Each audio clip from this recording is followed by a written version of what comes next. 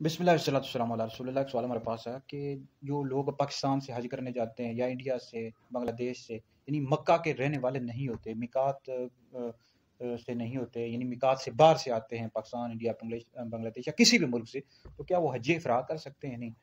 देखें, जो मिकात से बाहर से लोग आते हैं, जैसे पाकिस्तान, इंडिया, बांग्लादेश, उनके लिए अफ़ज़ल ये है कि वो हज किरान करें या हज तमत्तो करें, ठीक है? अफ़ज़ल है, यानी इसमें सवाब ज़्यादा है।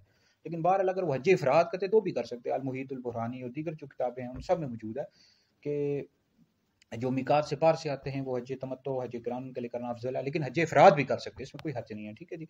यानी सवाब ज़्यादा इसमें है कि वो हज तमत्तो करें, हज किरान करें। जो मिकात के अंदर रहने वाले लोग होते हैं, मक्का के रहने वाले लोग होते हैं, तो बिल्कुल उनके लिए हज इफ़राद होता है, ठीक है। बहरहाल हज तमत्तो और हज किरान वो भी कर सकते हैं। अब हज तमत्तो क्या तारीफ़ क्या, हज किरान की, हज इफ़राद की, या आप जो हज की किताबें होती हैं ना, वो उसमें आप मुताला करेंगे तो आपको मिल जाएगी इनकी तारीफ़ात, ठीक है।